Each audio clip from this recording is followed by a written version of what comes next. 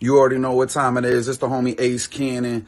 You tuning in live right now with Adam A. and Steve J. for the News, Life, and Beyond podcast. You heard? Yeah.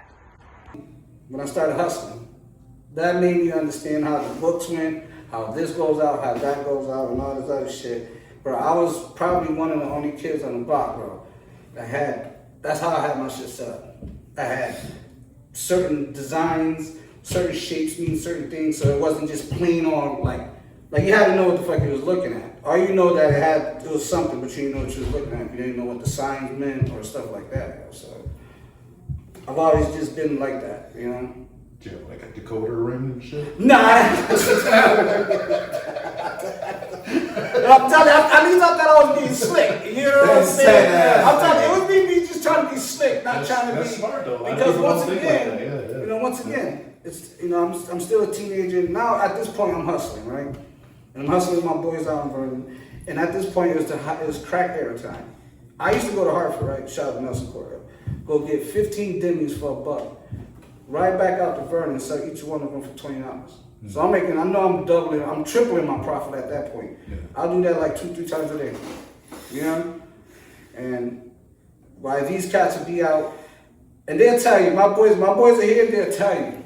They used to be like, yo, Truck, it's okay to go shopping, bro. It's okay to go buy some clothes and shit. I was like, nah.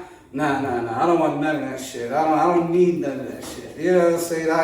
Y'all cats out here on the block and all kinds of brand new shit. Yeah. You know what I mean? So yeah. So you was on the block hustling? Yeah, on the block hustling. Yeah. Shout out to Billy Street. You know what I'm saying? Yeah. Made a lot of money out there. Nice. Yeah, them 90s. Yep. Yeah, money out there. Yeah. And it was the crack era. Remember, we talking about the 90s. I know, there was money everywhere. I was about to say. There was money everywhere. This is when bundles, right? I think heroin started fading out towards the 90s, right? And then Coke came in, and it made it kind of like something like a suitable, like a party drug it was. But let me tell you,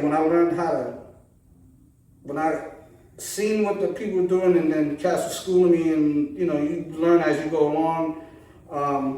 The crack era was, for anybody that was out there messing around, was real serious and got dangerous real quick. What made you want to start hustling anyways? Not being poor. I wasn't old enough to work.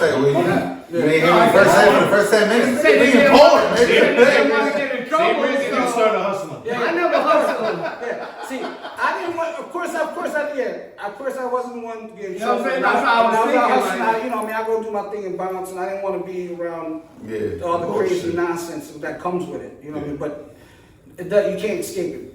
At some point, it's going to come for you. Or it's going to come with it, right? So you know what I mean. But those are other stories that I'll leave alone. You know what I mean? But once again, just not. Yes, I was getting $1,500 a month, but you know. I'll give my sister some money. It wasn't like I would keep it. I was living with my sister. I'm telling you, at a very young age, I already knew this. Money rules shit, right? You gotta pay where you live. Nothing's fucking for free. I knew that from I'm talking about here. Because I knew in my mind, like, this can't be it, yo. You know what I'm saying? There's gotta be more than just this shit. You know what I mean? Get to hustling, get to working out, get to doing this and that, and, you know, one thing leads to another, charges get caught up, you get caught up in the fucking shit because they're not looking at you, but you're hanging around with the dudes that doing the shit that they looking at. So now here we go, guilty by association type shit, but they know you part of the crew. They can't, you just not the one that's out all the time. But because these guys are doing this and doing that, and we know you with them, now we're wrapping you all up and everything else. You know what I mean? So, and let me tell you, compared to some of my homies, my man got 28, another my homie got 15, another one got 12. The little 5 that I got, right, was nothing compared to what these other cats got. You know what I mean? So I just took my time and took off, though. You know what I mean? Because so you went to prison your first time? My first time, not the first time I got caught. It was a feud. I got arrested a couple of times. A couple of fights I got in trouble for. I used to run with a crew called the Jungle Brothers. I don't know if anybody remember them. They were from out in Britain.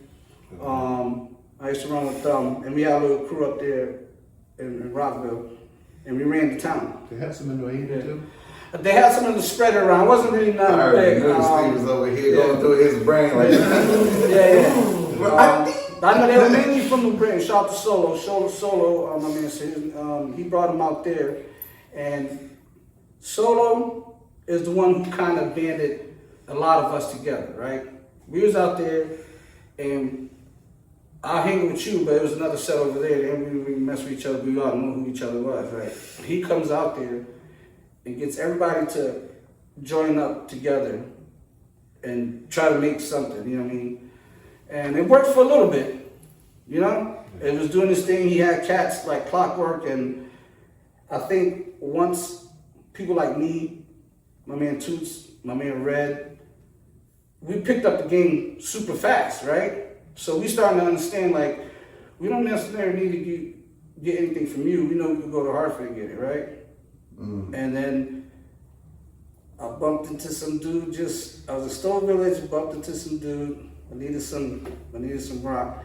He's like, nah, I got powder. I was like, nah, I don't need that. He was like, you don't know nothing about cooking it? I was like, cooking what? Once that happened, bro, core memory. And I'm gonna tell you, these are stories that only my homies, if they were here, can attest to. So those stories I ain't gonna talk. But once I learned that, it was over. It was over. It was over for everybody. You had to come see me, or one of 3 people. That was it. We didn't need to go nowhere no more. It was over. It was just a whole other. Yeah. Even that shit gives me goosebumps thinking about it. It was fun. I ain't gonna lie. You know what I'm saying? I had fun. And even though shit went down, a couple of things, my man got killed. You know, we ended up beefing with a lot of people and shootings back and forth. I wouldn't say that's a part of my life I wish I could take back. You know, because once again, those type of situations is what made me to the person I am today. Oh, you yeah, know? definitely. And I don't think I would be the same person I am, but I have to be dealing with the shit you have to deal with. You know what I mean? So yeah, Definitely would. So, because you think, so deeply, what was your ultimate plan when you first started hustling? Like, what was your goal? My goal was to make enough, and at that time, remember, I went in at like 8, I graduated high school, and I ended up going in after high school, right? So I was probably like 16, 17. I didn't know what I had. I just knew I had a lot of it, right? I just know I got a lot of money. I got shoeboxes. Me and my boy Red, shout out to my boy Red. We were battling back and forth about how many $100 shoeboxes you could fill with just 100. That's the reason why I'm telling you. That's the reason why I carry. Some things just never leave you. You know what I mean? So and I don't know. I don't think I had a goal. I think I just wanted to stack and just stack. And it big fact. And reality and stuff doesn't hit in until that first moment something serious happens, right? And the moment was getting raided on April 1st. What is that? April Fool's Day? Yeah. Friday. I had just sent my brother and my sister out to go get all my shit. Bro, I was like, I'm gonna stay home with my nieces and shit. Run up in there. They didn't have nothing. You know what they had? They had like a 20 bag of weed and shit. Because I've always smoked weed ever since I was young and shit. And that right there scared like the shit out of me, right? Because imagine me moving around and that, getting caught up or whatever, whatever it is I was getting, right? And I was like, how the fuck did this happen? I'm thinking all kinds of different ways. Scenarios. And it scared me because I seen the faces of my nieces and my nephews who I'm supposed to be protecting, right? And I was just like, that made me change everything. From that point on, I was like, I gotta get the fuck out. Because what's gonna happen is, whoever did this, who knows what they're gonna try to do next, right? So I started trying to make my way out, but didn't get a chance to, you know? Ended up getting caught up with a whole bunch of things with everybody else, and not everybody else fought. I fought, you know what I'm saying? I was out there acting up, and when they killed my boy Joey, that just set off a chain of events that the town just couldn't have, you know what I mean? When they came for everybody, and when I tell you they came. They came with marshals. They came, and they shut the entire city, the town down, and made sure they was getting rounding everybody up piece by piece. You know what I mean? So. Tell me, how many co-defendants you have? I personally had 2. My boy Toots, my boy Red. And I already know they wasn't saying nothing. They were gonna say nothing. So, and then they caught my boy Red on a. I want to say, he was chilling with another kid, right? It was all of us together. And the only person you're gonna remember is the tallest redheaded kid out of everywhere, right? A fire started, and they pinned the fire on him. He was there at the building, but he didn't start the fire. You know how he didn't start the fire? Because he was with the rest of us when the shit started off. But witness said that they seen him there.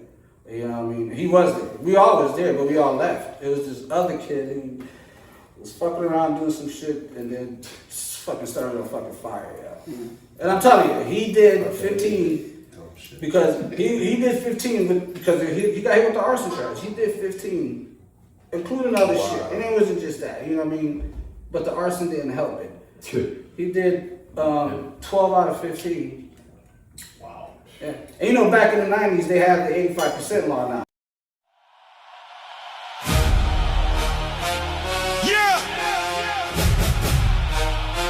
News, life, and beyond.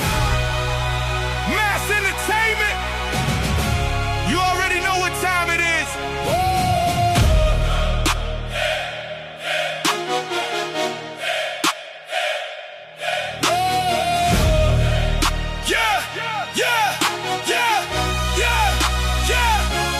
Came from the bottom, had to hustle for the spot. While they talked about dreams, we was making it hot. Late nights, no sleep, had to put in the grind. Now the whole team eating, yeah, the stars in the line. Every episode dropping, every camera on go. Every move calculated, every story we show. No shortcuts, no favors, we earned every stripe. Built this from the mud, now we changing our life. Man's got the vision and LB got the voice. When the real ones connect, ain't no other choice. Got the city standing up, got the movement on fire. Every year getting bigger, every level going higher. We built different, we don't quit, we stay driven. News, life, and beyond. Mass entertainment, we win it. Built different, turn the pressure into diamonds. Independent, self-made, now the whole world watching. Ain't nobody give us nothing, had to fight for respect. Now they see the blueprint and they know what to expect. Real interviews, real people, real life in the booth. Every time we hit record, we bring nothing but the truth. Stack another episode, drop another hot show. Got the fans locked